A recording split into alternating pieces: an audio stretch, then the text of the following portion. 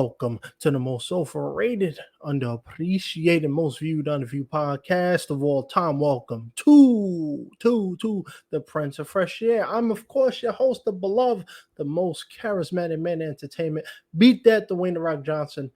I'm doing something different this week. I'm going solo. This is a one-man show, one-act comedy show, one stop. The Prince of Fresh Air, Percy Brown, the actor, the content creator, the host of the platform. Now, why am I going solo this week? What is the purpose? Why do y'all want to hear me ramble? Well, I got to say, this goes into the direction of the podcast. So when I started this podcast 4 years ago, my mission was to be inclusive of all guests and talk about the hard-hitting subjects. And over the last few years, I've noticed that, as we left the pandemic, those type of topics, as great as they weren't universally loved, and they weren't the best type of episodes. I started seeing what people liked. What do you, as my listeners and supporters around the world, liked? And so, Dwayne The Rock Johnson called me out. Kevin Hart, Jason Momoa, Hugh Jackman, Ryan Reynolds. They wanted me to be in the Deadpool Wolverine movie, but I said, nah, I want to steal all the spotlight because they already know what time it is when I show up. But anyway, I digress. I want to give too many spoilers. So the reason why I'm going solo is because as I've made a bigger transition this year with the podcast, getting different guests on, especially ones with huge platforms in their own prospective careers and their line of work, getting those type of guests on takes a lot of time. It takes a lot of planning, takes a lot of research and, setting the time right, getting the date right, locking in, plugging in the mic and all the good stuff. And it's been a great year, 2024, and that aspect has been that launch. I've been able to have some amazing guests, entertainment and sports. And so I want to continue on that trajectory. As they say, at some point you got to level up. And that's what I'm leveling up this year. So, with that being said, it's going to be different now that I'm getting more high profile guests on. It's going to be a lot more time invested to get those type of things, those guests on. So it might, as episodes, I try to have it, on a certain schedule. And because I'm trying to get more high-profile guests on, it might take some time to get them on. So there's going to be a couple episodes here and there that's going to be filler, if you will. If you want to hear the most charismatic man, of course, it's not filler. It's just quality entertainment for the family and for you, So as going forward, that's the plan. So I have some big things lined up. I have some pretty interesting guests that is going to come on. So stay tuned for that. It's going to be interesting next few months and going into 2025, a big change to the podcast. Now, I know you're wondering, what is he going to talk about this whole episode? Is he going to just talk about his luscious hair, his crisp eyebrows, his amazing charismatic personality? Well, I could do that, but I'm not going to do that. I actually want to talk about the Jon Jones, Tom Aspinall, Stipe Miocic situation. Now, before I get into it, I do want to address something because people have asked me, am I turning this into an MMA podcast? Well, you're going to be disappointed when I say, no, I'm not.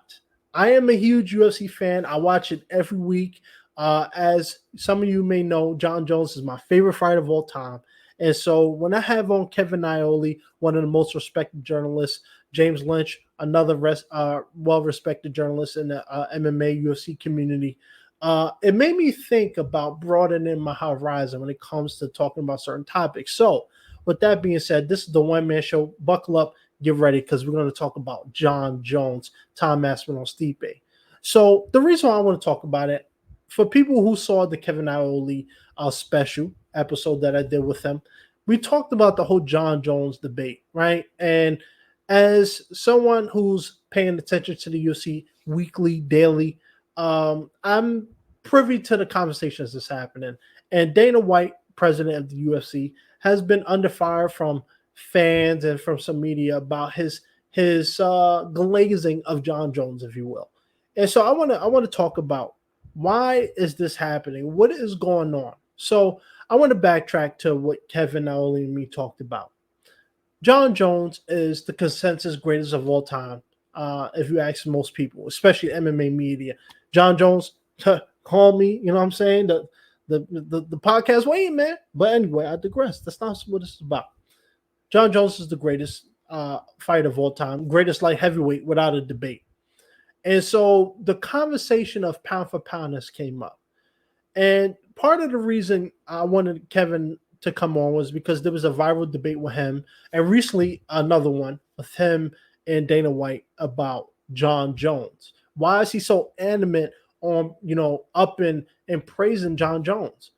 And it goes back to business. Just like in my career, just like in my profession, acting, it's entertainment industry. It is a business. So is the MMA space. And so for Dana, he's a businessman. Jon Jones is one of his top draws in the UFC. He's the greatest fighter of all time.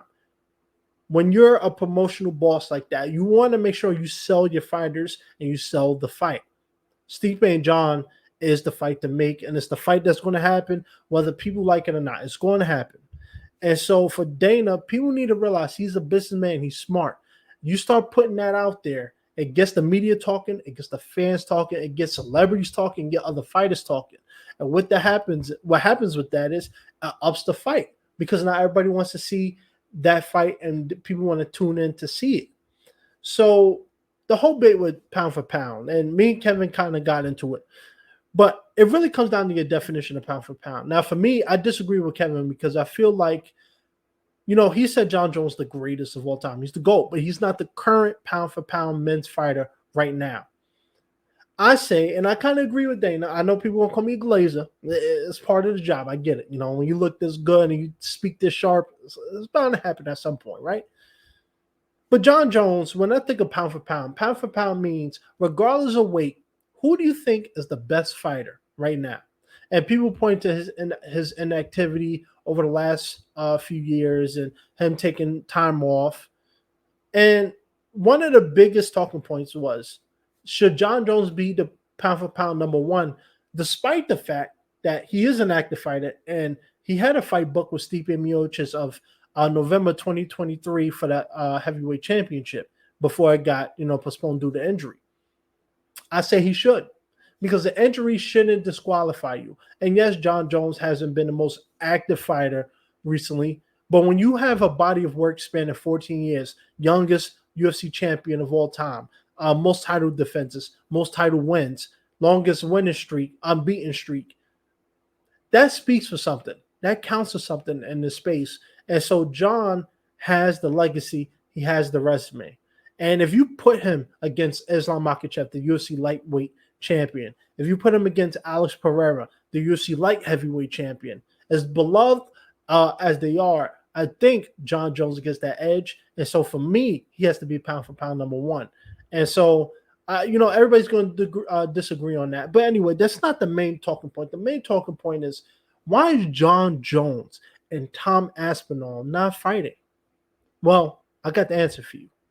Jon Jones, Stipe Miocic, was already booked before Tom Aspinall got the call. Now, so this is part of the reason why I say fans are suffering recency bias. Ever since the pandemic, a lot of fans, we got a lot of new fans, a lot of Twitter personalities and accounts that talk about what's happening right now. What have you done for me right now? And I think a lot of the times, and I agree with James Lynch on this, people didn't watch Jon Jones when he was, active. They didn't watch his career. They didn't watch him when he was the light heavyweight champion of the world. And same with Stipe. A lot of fans just look at that last loss he had against Francis, who, by the way, he beat to defend his title the first fight and won. People look at Stipe and call him old, washed up. Get him out of here. He's a full-time firefighter. Get him out of here. And it's just a lack of respect for two greats. And if you ever watched Jon Jones compete, especially when he was younger, I mean, Rashad Evans, Rampage Jackson, Chael Sonnen, the master trash talker himself, Alex Gustafsson, 2 fights, Daniel Cormier, 2 fights, Ovin St. Preux, the list goes on, Alito Machida, there's so many, Vitor Belfort. He went through murderer's row to get to where he is today. And he's defending his belt time and time again. And I already know what's going to happen. People are going to talk about, oh, well, him and Dominic Reyes was a a close fight. Dominic Reyes clearly won. They just didn't want to give it to him. Jon couldn't beat a one-legged fighter in Thiago Santos, who hurt his knee in their fight. I always counter and I always tell people, every fighter is going to have close fights at some point. Every fighter. Mike Tyson, Muhammad Ali, Floyd Mayweather, Deontay Wilder, Tyson Fury, Francis Ngannou, Jon Jones, Israel Adesanya, Alexander Volkanovski, the list goes on. Every fighter is going to have close fights. And that is a great thing because it not only pushes the fighter, but it gives us those classic fights. Daniel Cormier versus Jon Jones, 2 fights are 2 fights that belong and will be in the UFC Hall of Fame. When you're a fighter like that, you're going to get pushed at some point, especially when you're fighting the best fighters in the world. Not everybody's going to be like a Khabib Nurmagomedov. And even then, people criticize him, George St. Pierre, for leaving the sport too early or coming for a quick paycheck and leaving. And every fighter is going to view fighting differently. Some is going to be like a Kevin Holland. They want to take any and every fight, get paid, and be one of those entertaining gunsluggers. But you also have on the flip side the people like Jon Jones, Conor McGregor, and many others, Israel Adesanya, who's going to take fights that mean a lot for their legacy and they get paid for. The money fights, the big fights. Every fighter is going to have a risk management approach to their career in one way or another. Not everybody's going to be a Justin Gaethje, stand in the middle of the ring, giving you barn burners after barn burners, win the performance of the night every time. Jon Jones is a guy who values his legacy. Conor McGregor values his legacy. Israel Adesanya, Alexander Volkanovski, Mike Tyson, all those greats value their legacy. And they're not going to just be taking fights just to take fights, unless you're Floyd Mayweather and it's, you're making a lot of money and you're past your prime. Anyway, no disrespect to Floyd Mayweather. But to go back on point, for Jon, he took the time to move up. And unfortunately, the Francis Ngannou fight didn't happen. Contrary to what people might think, I don't think either fighter ducked each other. I do think money and contracts played a big part in why the fight didn't happen. But it is what it is. Life happens. Khabib Nurmagomedov and Tony Ferguson, prime example of a fight that should have happened many years and many times, but never did. But Jon Jones goes out and defeats Ciryl Gane in March of 2023 to win the UFC Heavyweight Championship. That was one of the most remarkable pay-per-views I've seen because it was the intrigue to see how does Jon look now being an older fighter and moving up to a heavier weight class. How does he do in that division? And he passed that test. And he did it flawlessly. And I love Ciryl Gane. I will never knock Ciryl Gane. He is one of my favorite fighters right now and someone to look out for as he continues his journey. But Jon Jones is 37 now. And so for him, his legacy is established. He doesn't need to fight anymore. He could retire right now and still be the GOAT. He could go out and defeat Stipe and Miocic and just make it more solidified. Stipe, the greatest heavyweight of all time in many people's eyes. And his body of work, most title defenses.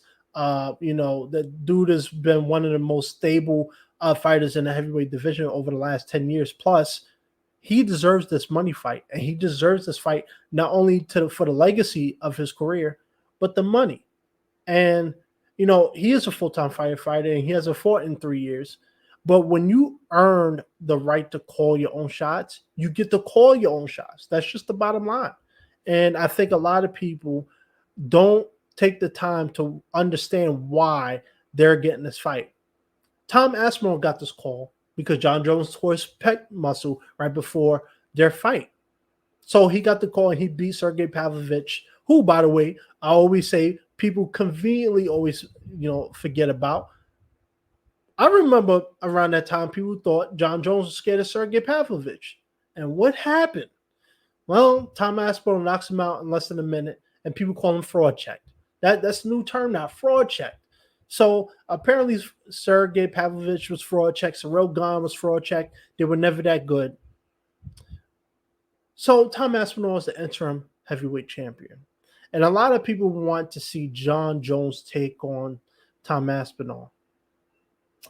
And I always tell people, I understand it. I'm not opposed to seeing it. But Jon Jones and Stipe was already a signed agreement. These two legendary fighters with iconic careers deserve to have this fight, whether the fans want it or not. They earned the right, just like Tony Ferguson. As much as I love Tony Ferguson, just like everybody else, dude was on a 5, 6, 7, 8 fight lose streak and was still getting fights. Why? Because of his service for the UFC. He took on short notice fights. He went out there, went on a 12 fight winning streak. And unfortunately, he took a lot of setbacks after since the pandemic. But his service, his record, his belovedness from the fans allowed the UFC to continue giving fights, despite the fact that he now broke BJ Penn's record for most losses back to back. So this fight is going to happen. Now, does Tom Aspinall deserve to fight Jon Jones? It's debatable. Does Jon Jones need to fight Tom Aspinall? No. Now, how can the most charismatic man be so up and down in that? Well, like I said, you have to look at their careers. Tom Aspinall is young, interim champion. He's going to be the face of the heavyweight division for many years to come. He has a lot of years left on the mileage. Jon Jones is 37. Got into the UFC at 21. Does he need to fight Tom Aspinall? No, because his legacy is already established. Stipe versus Jon is a legacy fight. It's about who is the true biggest and baddest. Tom Aspinall, as much as I love him, he's not a huge draw yet. He's not a Conor McGregor. He's not a Jon Jones pay-per-view draw yet. And he's not going to bring in the numbers like Stipe would. And I know people like to knock Stipe for his age and his inactivity, but the proof is in the pudding. This is MSG, Madison Square Garden. I can step outside right now and see it. Well, not that close. I can take the train and see it. But this fight is going to be a barn burner. It's going to sell out the arena. And that's what it's about. UFC is a business. Jon Jones versus Stipe Miocic is very big business. And it's going to happen. And Tom Aspinall needs to realize his time is coming, but his time is not right now, like John Cena used to say. It's not yet, and he has to wait because Jon Jones don't need him to secure his legacy. And I see fans talk about this all the time on X, formerly Twitter. Jon Jones is ducking Tom Aspinall. If Jon doesn't fight Tom Aspinall, he's not the GOAT. He's ducking. His legacy will forever be tainted. I disagree with that. I wholeheartedly disagree with that. You know why? When GSP came back and he fought Michael Bisping and won the middleweight championship, people called him out on it, but people forgot about it months after. Once the new champion was crowned, they didn't talk about it. People don't talk about it right now. And GSP is still highly regarded as top 3 greatest of all time, if not top 2. Jon Jones doesn't need to fight Tom Aspinall. Stipe means a lot more for not only his wallet, but his legacy. And that's what happens when you get to that point. Floyd Mayweather, LeBron James, Steph Curry. Now, basketball is different. You think LeBron don't call his own shots? If he don't want to stay with the Lakers, he don't have to. If he wants to retire, he can. He has a say on his teammates are. When you become that type of influence in your sport, you can call whatever shot you want. There's a reason why Conor McGregor ain't fighting an up-and-comer in lightweight or welterweight. There's a reason why he called out and he took the fight against Michael Chandler, because he has earned the right to do whatever he wants. And the UFC is going to risk not making these two great legendary fighters unhappy, and potentially letting them sit out, maybe, get out their contract, ride out the contract, go somewhere else. Imagine losing a Conor McGregor or Jon Jones to a PFL or Bellator. Not good for business. So Tom Aspinall, as much as I like him, I think that a lot of fans have it twisted. He doesn't call the shots. A great fighter, one of my favorites right now too. I can't wait to see Tom Aspinall versus Ciryl Gane. But he can't tell Jon what to do. You think Tom Aspinall could tell Dana to tell Jon he needs to fight him in Madison Square Garden or else? No. I think Jon and Stipe has earned the right to fight, and they will fight. And I think Tom Aspinall deserves the winner. Now, that becomes murky. That's another twist into this plot, is because Madison Square Garden, Jon versus Stipe, is very intriguing in many aspects. One, can Jon Jones replicate that first success he had at heavyweight? How does he look against a Stipe Miocic, the greatest heavyweight of all time, despite the age and despite a few years off? Can he go out there and be the heavier and more well-respected individual in Stipe in that division? Can Stipe deal with the dynamic striking of Jon Jones, the wrestling, the striking, the fight IQ? Can he go out there and deal with that? Because we don't see a lot of heavyweights throwing spinning back fists, spinning elbows, spinning wheel kicks, oblique kicks, a lot of dynamic striking.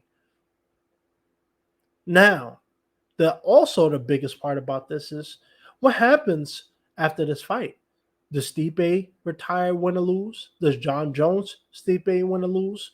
What happens if Stipe beats Jon Jones? Does Stipe stick around for one more fight and give Jon Jones another chance to crack at it? What if Jon Jones wins and he retires?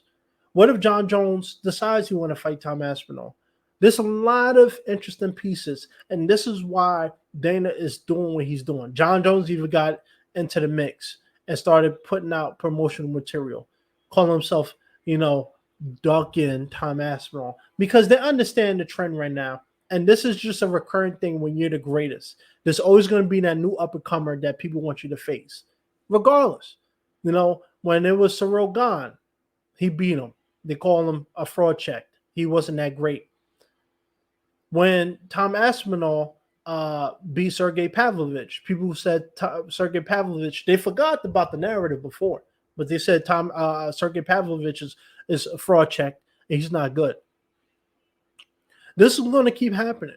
And so I think that it's going to be a very interesting few months. And we're going to see, it's going to be interesting to see what happens after Stipe and Jon lock in that cage and touch gloves and get to work.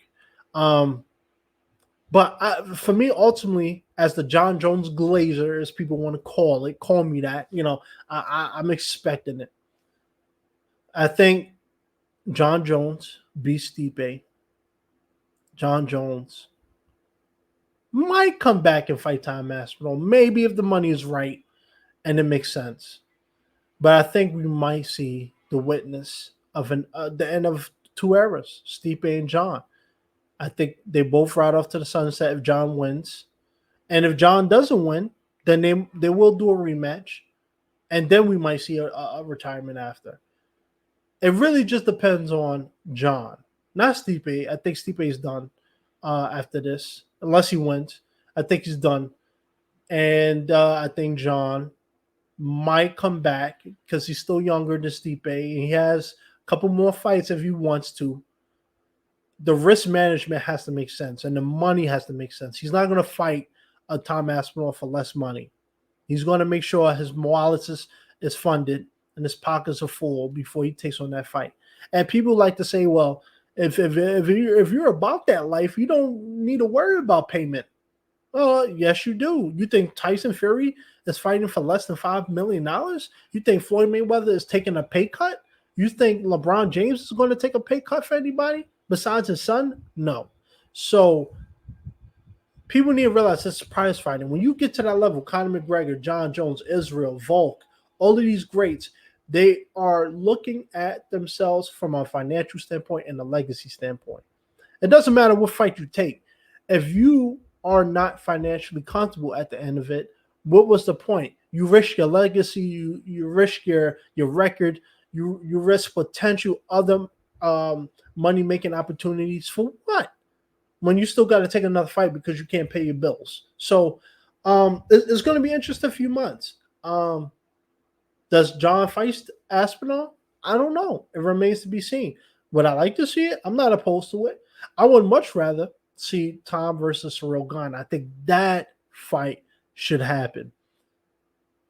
Alex Pereira. What about him?